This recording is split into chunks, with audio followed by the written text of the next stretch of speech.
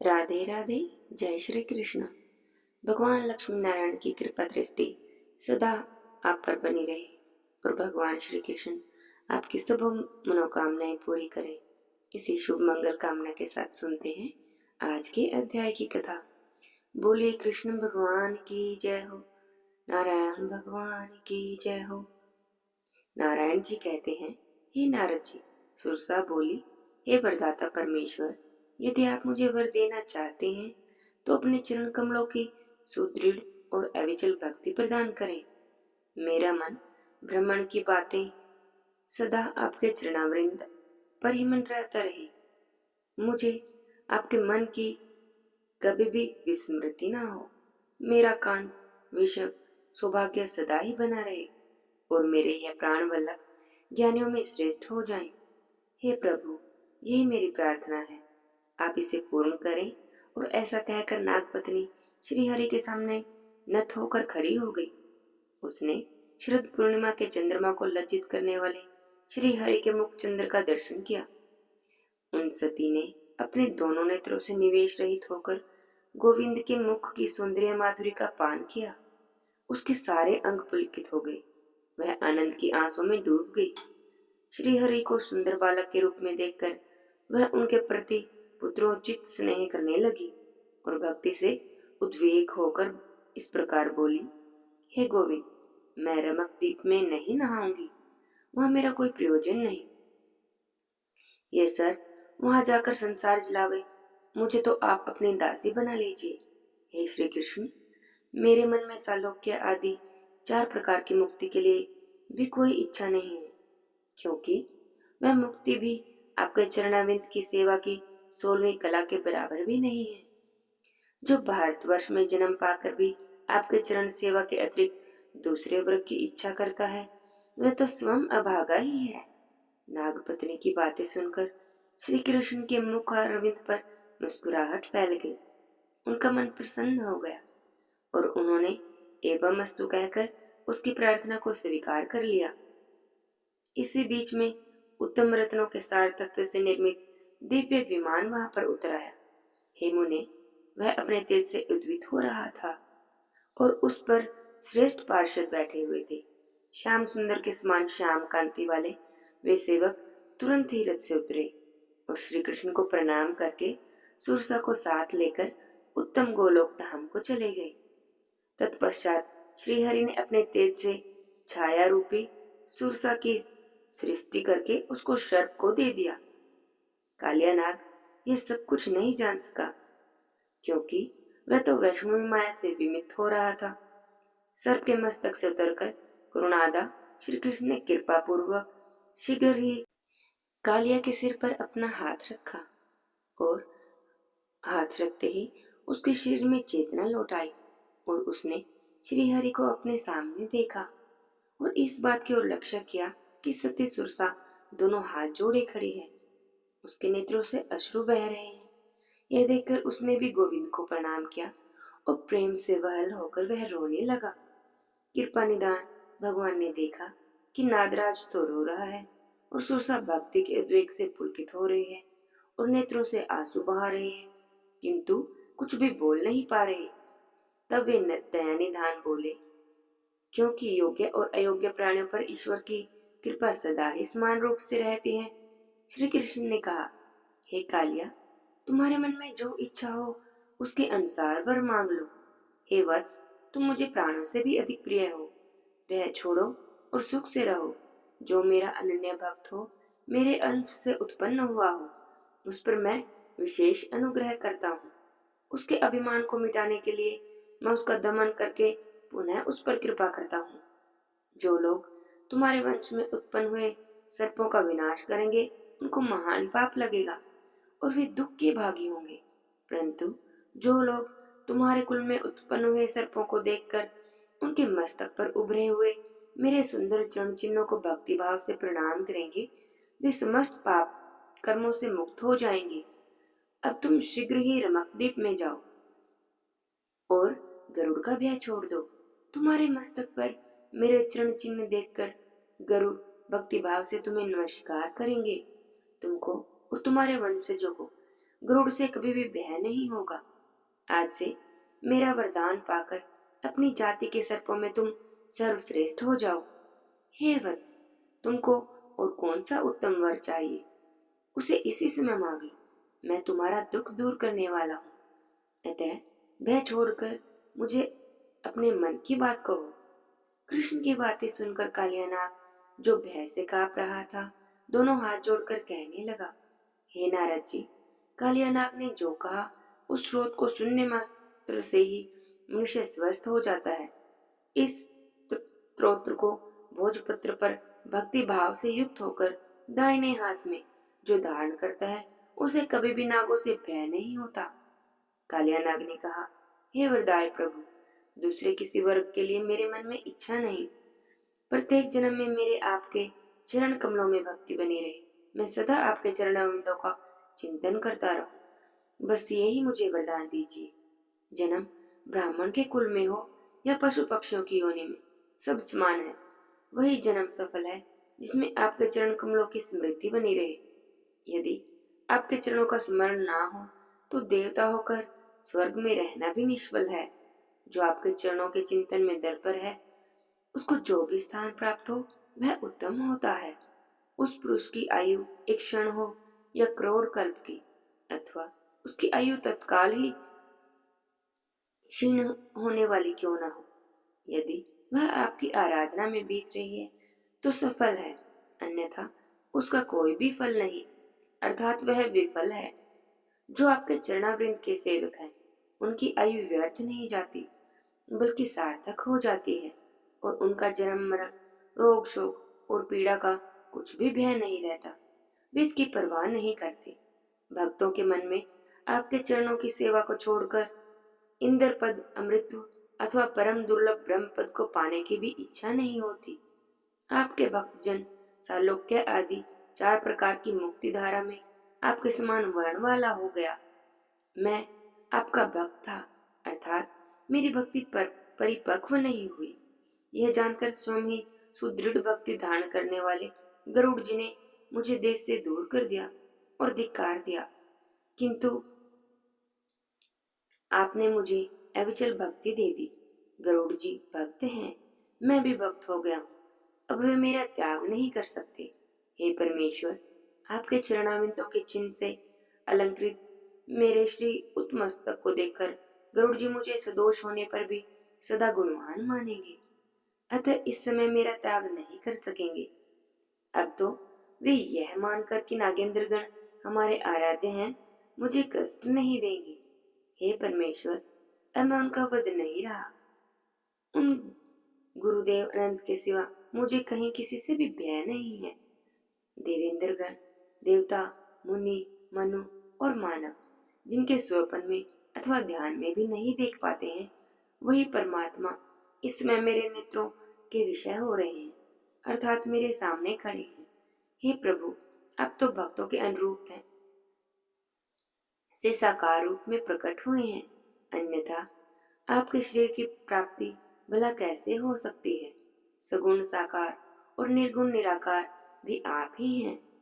आप स्वेच्छा में सबके आवास स्थान में और समस्त चराचर जगत के सनातन बीज हैं। आपके ईश्वर साक्षी आत्मा और स्वरूपधारी हैं।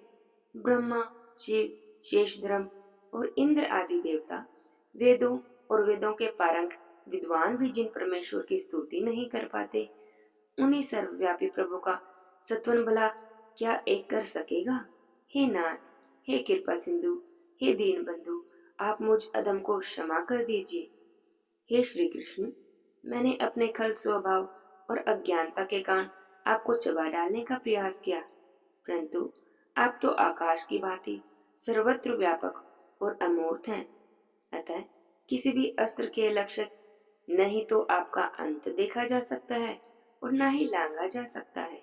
न आपका कोई स्पर्श कर सकता है और न ही आप पर कोई आवरण ही डाल सकता है। आप तो स्वयं प्रकाश रूप हैं। और इतना कहकर नागराज कालिया भगवान के चरण कमलों में गिर गया। भगवान उस पर संतुष्ट हुए और उन्होंने एवं अस्तु कहकर उन्हें संपूर्ण अभिष्ट चिंतन भोजन करने से जिसके प्राण की संभावना हो, वह मनुष्य इस स्तोत्र को सुनने मात्र से स्वस्थ हो जाता है। जिस घर में इस स्तोत्र को पढ़ा जाता है, वहां कोई नाग नहीं ठहरता। निश्चय ही उस घर में विष, अग्नि और वज्र का भी भय प्राप्त नहीं होता। लोक में श्री हरि की भक्ति और समृद्धि उसे सदा ही बनी रहती है और अंत में अपने कुल को पवित्र करके वह श्री कृष्ण का दास भाव प्राप्त कर लेता है। नारायण जी कहते हैं, हे नारद जी, नारद नागराज को अष्ट देकर भगवान श्री हरि ने उससे कहा, हे नागराज, अब तुम यमुना जल के मार्ग से ही परिवार सहित रमनदीप में चले जाओ। वह स्थान इंद्र नगर के समान श्रेष्ठ और सुंदर है। श्री हरि की आज्ञा सुनकर नाग प्रेम वहल होकर रोने लगा और बोला, हे नाथ, अब मैं आपके चरण कमलों का दर्शन कब प्राप्त कर सकूंगा। वह महेश्वर श्री कृष्ण को सैकड़ों बार प्रणाम करके स्त्री और परिवार के साथ जल के मार्ग से चला गया। जाते समय नागराज भक्त व्याकुल हो रहा था। उसके चले जाने के बाद यमुना के उस कुंड का जल अमृत के समान हो गया। इससे तो समस्त जंतुओं को बड़ी ही प्रसन्नता हुई।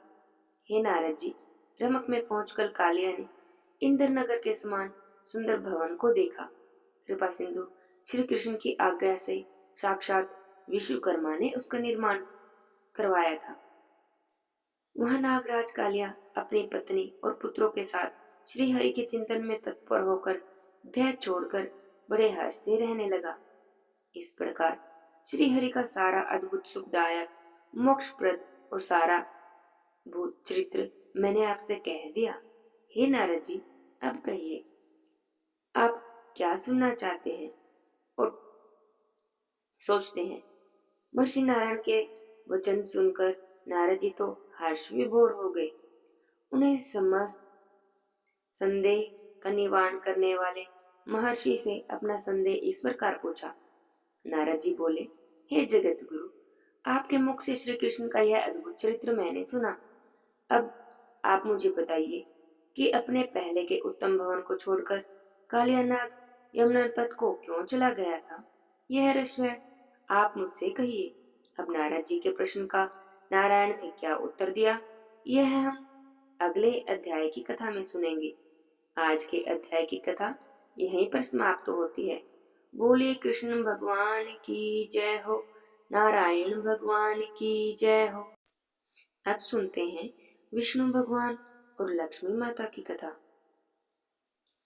बोलिए लक्ष्मी नारायण भगवान की जय हो। एक दिन की बात है, भगवान नारायण जी लक्ष्मी जी से कहते हैं, हे लक्ष्मी जी, देखो लोगों में भक्ति कितनी बढ़ गई है। सभी लोग नारायण नारायण का जाप करते हैं। लक्ष्मी जी बोली, हे प्रभु, आपको पाने के लिए नहीं करते, मुझे पाने के लिए लोगों में भक्ति बढ़ गई है। तब भगवान कहने लगे, हे देवी, लोग लक्ष्मी लक्ष्मी ऐसा जाप थोड़े ही करते हैं, वे तो नारायण नारायण जपते हैं। तो लक्ष्मी माता बोली, अच्छा ठीक है प्रभु, आपको विश्वास नहीं है तो परीक्षा कर लेते हैं। अब भगवान नारायण जी ने एक ब्राह्मण का रूप बनाया और एक गांव में गए। एक घर का दरवाजा खटखटाया।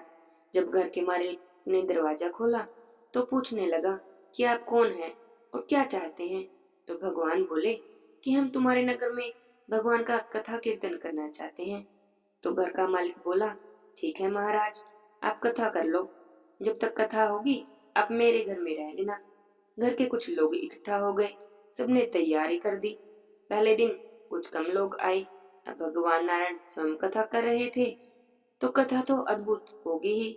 संगत पड़ने लगी। दूसरे दिन, तीसरे दिन और भीड़ लगने लगी। भगवान जी तो खुश हो गए। सोचने लगे, देखा कितनी भक्ति है लोगों में। माता लक्ष्मी ने सोचा, चल कर ही देख लूं क्या चल रहा है। माता लक्ष्मी ने भी एक बूढ़ी माई का रूप बना लिया और उसी गांव में जा पहुंची। एक औरत ताला बंद करके कथा में जाने की तैयारी कर रही थी। उसके पास पहुंची और जाकर बोली, बेटी मुझे जरा सा पानी पिला दे। तो वह महिला कहने लगी, माता जी समय हो रहा है, मेरे को तो कथा में जाना है, पानी पिलाने को रुकूं तो देर हो जाएगी। तो लक्ष्मी माता बोली, पिला दे बेटी, थोड़ा सा पानी, बहुत ही प्यास लगी है। तो उसका मन तो नहीं था, फिर भी वह लोटा भर के पानी ले आई और उसने लक्ष्मी माता के हाथ में पानी का लोटा दे दिया।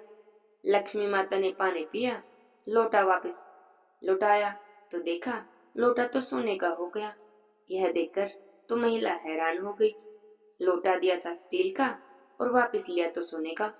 बड़े ही चमत्कारी माता जी हैं। वह तो हाथ जोड़कर कहने लगी, माता जी आपको तो भूख भी लगी होगी, कहो तो आपके लिए खाना बना दूं। उसने सोचा खाना खाएंगे तो थाली कटोरी चम्मच गिलास सब सोने के हो जाएंगे। तो माता लक्ष्मी जी कहने लगी, नहीं बेटी तुम जाओ, तुम्हारी तो कथा का समय हो रहा है।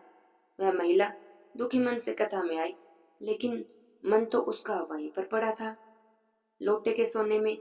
तो सारी आसपास की महिलाओं को बात बताने लगी कि आज हमारे घर एक ऐसी चमत्कारी महिला आई, मैंने स्टील का लोटा दिया पानी पीने को और वापस लिया तो सोने का हो गया। अब महिलाएं तो महिलाएं हैं। इतनी बात सुननी थी कि चालू कथा में से उठकर चल दी। अगले दिन से कथा में लोगों की संख्या कम होने लगी। तो भगवान नारायण जी को तो चिंता हुई। उन्होंने पूछा कि लोग कम क्यों आ रहे हैं। तो कोई बोला कि एक चमत्कारी माता जी गांव में आई है, जिसके घर में दूध पीती हैं गिलास सोने का हो जाते हैं, जिसके घर में खाना खाती हैं उसकी थाली सोने की हो जाती है। बस सब उन्हीं की सेवा में लग रहे हैं, इसलिए कथा में नहीं आते। अब नारायण जी समझ गए कि लक्ष्मी जी आई हैं। इतनी बात सुननी थी कि जो यजमान थे उन्होंने अपने घर में कथा करा रखी थी, वह भी उठकर खड़े हो गए और निकल लिए। वे भी भागे भागे गए माता जी के पास और बोले, माता जी मैं भगवान की कथा करा रहा हूँ, आप मेरे घर चलो, आज वहीं पर भोजन करना। अब माता लक्ष्मी ने सोचा यही अच्छा मौका है परीक्षा का। तो वे कहने लगी, भाई मैं तो तुम्हारे घर पहले ही आने वाली थी, लेकिन तुमने अपने घर में जिस कथाकार को ठहराया है, जब तक वह नहीं चला जाएगा मैं तुम्हारे घर नहीं आ सकती। तो सेठ जी कहने लगे, बस इतनी सी बात है, तो मैं तो उन्हें आज ही भेज दूंगा। अब नारायण जी जैसे ही कथा करके अपने कमरे में आए तो देखा सेठ जी तो तैयार खड़े हैं।